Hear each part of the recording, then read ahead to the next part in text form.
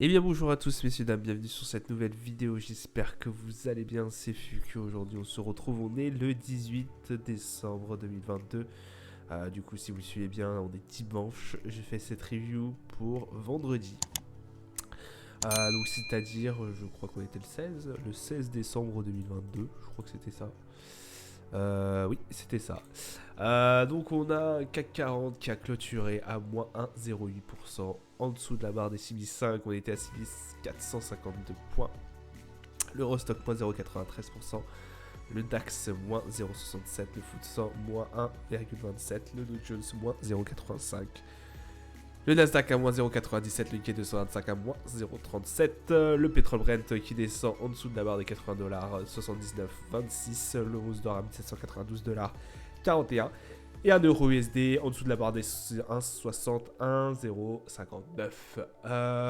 Bon, que dire de plus, le Bitcoin a mis 16 740, on a cassé la barre des 17 000. Que dire de plus, semaine de baisse, les banquiers centraux ont été plus agressifs que ce qu'on attendait, donc forcément, bon, voilà, je vais pas répéter 50 fois ce que j'ai dit dans l'autre vidéo, mais des marchés qui ont énormément réduit leurs gains, leur rebond. De toute façon, on voit bien hein, le CAC, lorsque l'inflation en début de semaine a été annoncée au niveau des US et que voilà, ça a pété à la hausse, au plus haut était à 6008, et là on est à 6004.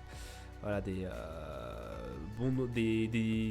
indicateurs qui ont été des fois pas très bons. Hein, voilà. Et des discours qui ont été. Des discours des banquiers centraux qui ont été un peu plus agressifs que ce qu'on attendait. Donc forcément par la suite, le marché a énormément pricé. Forcément. Alors je vais le répéter encore une fois, cette inflation qui est réduite, qui est en train de réduire pour certains, ça serait, pour certains économistes, ce serait dû à la baisse du pétrole. Voilà. Là, de toute façon, on le voit bien encore en ce moment, le pétrole qui vacille en dessous de la barre des 80 $. Bon, on l'a pas vu depuis le début de l'année, quoi. Depuis le début de l'année, donc c'est incroyable qu'on arrive à repasser en dessous de la barre des 80 $. Donc ouais, c'est fou. Donc voilà un peu les grosses actus.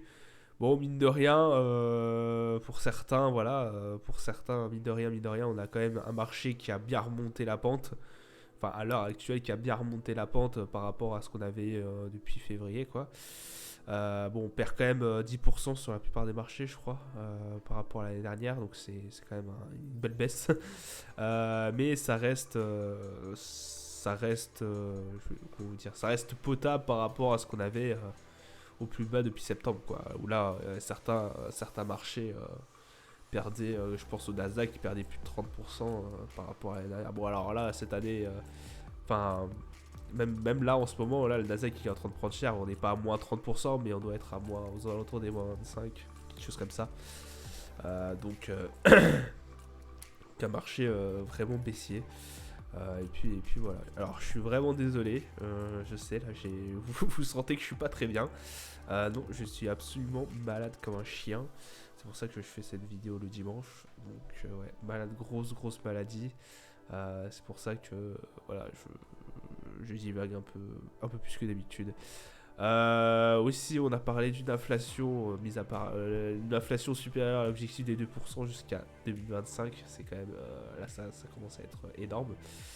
On parle de récession, forcément. Même si certains pensent qu'on va l'éviter, pour d'autres, c'est inévitable. Ça dépend dans quel pays. Peut-être en Allemagne c'est évitable, mais moi j'en crois pas forcément. Alors après, sur certaines sources, ils pensent que si, mais ça va être dur pour l'Allemagne d'éviter l'inflation, hormis le fait que l'énergie revienne assez basse, enfin revienne à ses niveaux bas. Mais pour l'instant, ce n'est pas le cas. Ce n'est pas le cas, et en Europe, c'est encore pire qu'aux États-Unis. Je pense que l'inflation est beaucoup trop forte. Donc sur le calendrier d'annonce économique, bon, on a eu l'indice des consommateurs, des confiances des consommateurs au niveau du GBP vendredi. C'est tout ce qui nous a à peu près intéressé, j'ai envie de vous dire, parce que de toute façon toute la semaine était déjà passée. Bon, alors après on a eu des flash PMI bien évidemment. Ouais, des flashs, certains flash PMI qui étaient intéressants à regarder, européens, etc. Taux d'inflation sur le final, etc. etc. C'était peut-être intéressant à checker. Le week-end, bon, pas grand chose, hein, forcément. Et lundi, on a le climat des affaires IFO au niveau de l'Allemagne à 10h. Et ça sera tout pour cette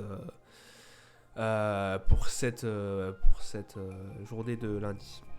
Au niveau des marchés, bon, on a un Nasdaq qui a 11 213 points. Nasdaq qui est en belle baisse, hein. On a bien cassé cette barre des 11 400, 11 500. On retourne sur nos plus bas. Donc là, un peu les boules. Bon, faut dire qu'il n'avait pas énormément remonté, hein, le Nasdaq, mais on voyait quand même une petite hausse depuis un certain temps. Là, ouais, c'est un peu les boules de repartir aussi bas. Je vous avoue que le Nasdaq, au mois de juillet, août, quand il a fait son beau rebond, c'était un meilleur rebond que ce qu'on a connu depuis septembre. Donc c'est incroyable quand même. La tech a complètement plongé, hein. Depuis un certain temps, la tech, elle fait plus rien. Enfin, depuis le début de l'année, la tech, elle prend de plein fouet l'inflation et tout le secteur, quoi, hein. C'est vraiment horrible. Donc là, ouais, au niveau du MACD, c'est pareil, on va repartir en baisse. Au niveau du RSI, bon, bah, on est en zone neutre. Donc, que dire de plus. Au niveau du DAX, c'est pareil, hein, on a fissuré cette barre des 13 900 quelques points, 14 000 et quelques. On est à 13 902 points. Pareil, hein, on retourne sur une belle baisse. On avait réussi à fissurer cette barre des 14 000, casser ce plancher des 14 000 à partir du moment où il y a eu une annonce sur l'inflation. Je crois que c'était au moment où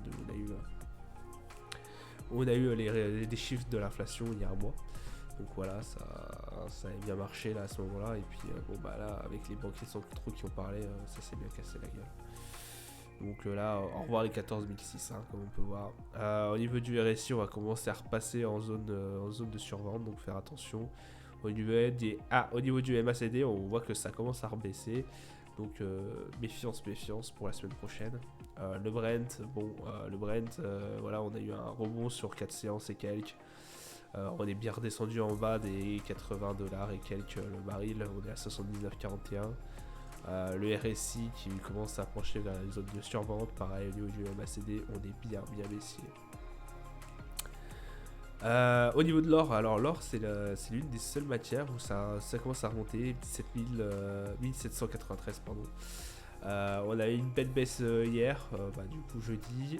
Là on est en train de reprendre un peu du galon. On va peut-être aller chercher une zone de surachat au niveau du RSI. Au niveau du MACD, ça reste bien haussier, hein, quand même. S&P, bon, vente encore, hein, enfin c'est bon, rouge.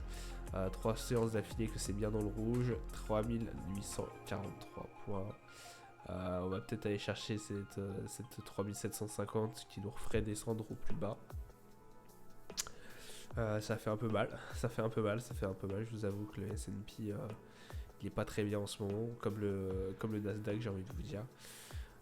Donc là, belle baisse qui s'annonce encore. Le RSI qui va peut-être arriver en zone de survente. Au niveau du MACD, bon, on va retourner vers la zone de vente, hein, encore.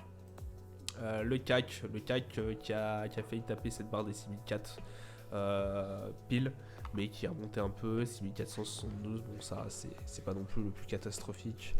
Je vous rappelle que depuis septembre, le plus bas de septembre, on a été aux alentours des 5006 et quelques points. Donc ouais, ça avait fait mal. Là on va voir si ça va remonter. Si après avoir touché ces 6004, on va pouvoir rebondir pour prendre un nouveau élément. Mais au revoir les 6006 là. En ce moment, c'est au revoir les 6006. Bon, on a bien remonté quand même la pente depuis septembre, s'il faut se dire ça. Après, est-ce qu'on va pouvoir remonter encore un peu plus ou est-ce que ça va être... on a pris un énorme souffle pour replonger encore plus. Je pense pas non plus, mais bon, toujours méfiance, quoi.